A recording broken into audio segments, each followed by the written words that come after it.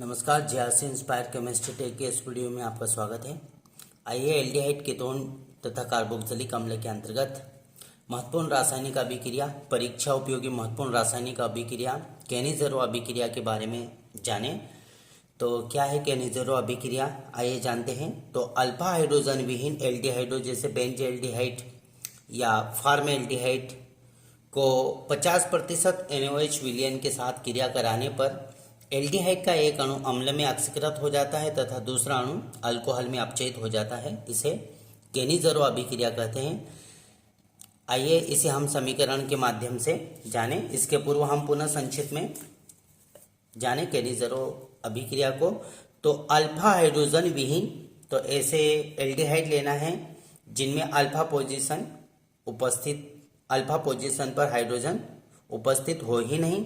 तो alpha hydrogen विहीन एल्डिहाइडो जैसे फॉर्मल्डिहाइड, बेंजील्डिहाइड आदि पर 50% NaOH विलयन की क्रिया कराने पर एल्डिहाइड का एक अणु अम्ल में ऑक्सीकृत हो जाता है और दूसरा अणु अल्कोहल में अपचयित हो जाता है। इसे केनिज़ेरो अभिक्रिया कहते हैं। आइए हम बेंजील्डिहाइड और फॉर्मल्डिहाइड दोनों का उदाहरण लेकर समीकरण के माध्यम से केनिज़ेरो अभिक्रिया को जानें।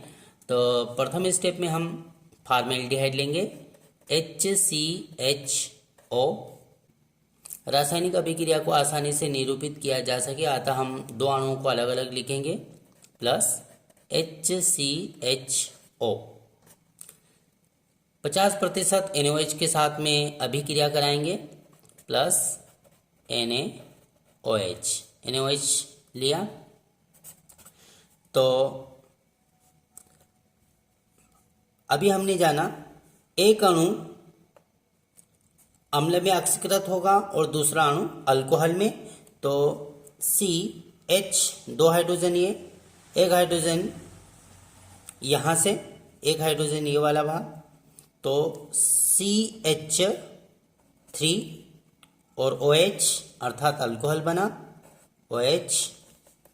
एक अणु अल्कोहल में अपचयित हो जाता है और दूसरा अम्ल में ऑक्सीकृत हो जाता है। तो CH, दो हाइड्रोजन, एक हाइड्रोजन यहाँ से CH3 और OH, CH3OH अल्कोहल बना। अब बचा हुआ भाग प्लस H, ये वाला हाइड्रोजन HCO, एक ऑक्सीजन ये O, Na, ये बना अम्ल। एक अम्ल में ऑक्सीकृत हो जाता है तथा दूसरा अल्कोहल में अपचयित हो जाता है। पुनः हम बेंजील्डिहाइड का उदाहरण लेकर इस रासायनिक अभिक्रिया को पुनः जानें। तो C6H5CHO प्लस एक और अणु लेंगे C6H5CHO प्लस NaOH। अभिक्रिया कराएंगे तो बनने वाला उत्पाद इस प्रकार से होगा, C6H5CH और एक हाइड्रोजन यहाँ से, तो ये हो जाएगा CH2 और एक OH समूह, C6H5CH, एक हाइड्रोजन ये, एक हाइड्रोजन यहाँ से CH2OH, यह अल्कोहल बना। अब बचा हुआ भाग प्लस C6H5C, यह हाइड्रोजन यहाँ पर यूज हो गया, CO, एक ऑक्सीजन ये O, Na, इस प्रकार से। तो एक अणु अम्ल में ऑक्सीकृत हो जाता है तथा दूसरा अल्कोहल में अपचयित हो जाता है। हम पुनः केनिज़ेरो अभिक्रिया को जानें। तो अल्फा हाइड्रोजन विहीन, तो ये ऐसे एल्डिहाइड है जिसमें अल्फा पोजीशन पर हाइड्रोजन उपस्थित है ही नहीं। तो अल्फा हाइड्रोजन विहीन एल्डिहाइडो जैसे फॉर्मल्डिहाइड, बेंजील्डिहाइड आदि पर 50% NaOH विलयन की क्रिया कराने पर एल्डिहाइड का एक अणु अम्ल में इस प्रकार से अम्ल में तथा दूसरा अणु अल्कोहल में अपचयित हो जाता है। तो एक अणु अम्ल में ऑक्सीकृत हो जाता है, दूसरा अणु अल्कोहल में अपचयित हो जाता है। इसे केनी-ज़रो अभिक्रिया कहते हैं। आइए एल्डिहाइड कीटोन तथा कार्बोक्सिलिक अम्ल के अंतर्गत प्रथम रासायनिक अभिक्रिया के रूप में पार्किन अभिक्रिया को हम जानें। तो आइए जानते हैं क्या है पार्किन अभिक्रिया। परीक्षा की दृष्टि से पार्किन अभिक्रिया बहुत ही महत्वपूर्ण है। तो आइए जानते हैं पार्किन अभिक्रिया। तो जब किसी एलिफेटिक अम्ल के निर्जल लवण को उसी अम्ल के एनहाइड्राइड को एरोमेटिक एल्डिहाइड के साथ में गर्म किया जाता है तब असंतृप्त अम्ल बनता है। इसे पार्किन अभिक्रिया कहते हैं।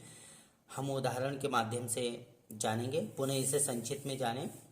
तो जब किसी एलिफेटिक अम्ल के निर्जल लवण और उसी अम्ल के एनहाइड्राइड को एरोमेटिक एल्डिहाइड के साथ गर्म किया जाता है तब असंतृप्त अम्ल बनता है। इसे पार्किन अभिक्रिया कहते हैं। जैसे जब बेंज़ेल्डिहाइड को बेंज़ेल्डिहाइड लेंगे, समीकरण के माध्यम से जानें। बेंज़ेल्डिहाइड को सोडियम एसीटेट की उपस्थिति में एसिटिक एनहाइड्राइड के साथ गर्म करते हैं तब सिनेमिक अम्ल बनता है। तो उदाहरण के माध्यम से हम जानें।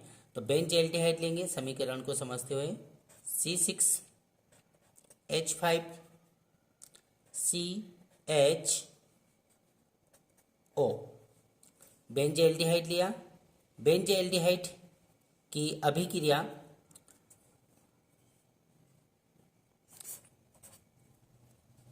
CH3COONA अर्थात सोडियम एसीटेट और उसी का संगत एनहाइड्राइड लेंगे, अर्थात सोडियम एसीटेट की उपस्थिति में और उसी का संगत एनहाइड्राइड लेंगे। तो यहाँ पर लेंगे हम CH3CONO। हमने अभी जाना एलिफेटिक अम्ल के निर्जल लवण, ये लिया एलिफेटिक अम्ल के निर्जल लवण और उसी अम्ल के एनहाइड्राइड, उसी अम्ल का एनहाइड्राइड लिया को एरोमेटिक एल्डिहाइड, ये एरोमेटिक एल्डिहाइड लिया, एरोमेटिक एल्डिहाइड के साथ में गर्म किया जाता है तब असंतृप्त अम्ल बनता है। इसे पार्किन अभिक्रिया कहते हैं। तो आइए जानें। तो C6H5CH एंड CH आपस में जुड़कर असंतृप्त अम्ल बनाएंगे। C6H5CH डबल बॉन्ड CH, दो हाइड्रोजन यहां से बचे हैं। CO, एक ऑक्सीजन ये लेंगे O, एक हाइड्रोजन यहां से, एक हाइड्रोजन O शेष बचा H, अर्थात असंतृप्त अम्ल प्राप्त हुआ। प्लस अब हमारे पास बचा हुआ उत्पाद CH3COO और एक हाइड्रोजन यहां से CH3COOH एसिटिक अम्ल।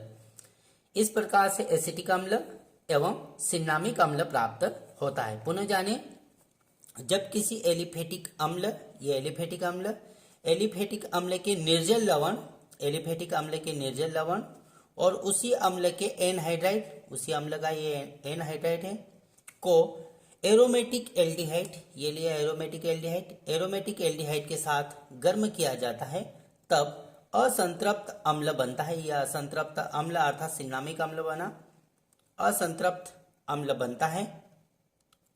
इसे पार्किन अभिक्रिया कहते हैं। उदाहरण के तौर पर हमने लिया बेंज़ेल्डिहाइड, ये बेंज़ेल्डिहाइड लिया, बेंज़ेल्डिहाइड को सोडियम एसीटेट, ये सोडियम एसीटेट और उसी का संगत एनहाइड्राइड के साथ में गर्म किया जाता है तो सिन्नामिक अम्ल बनता है। इसे पार्किन अभिक्रिया कहते हैं।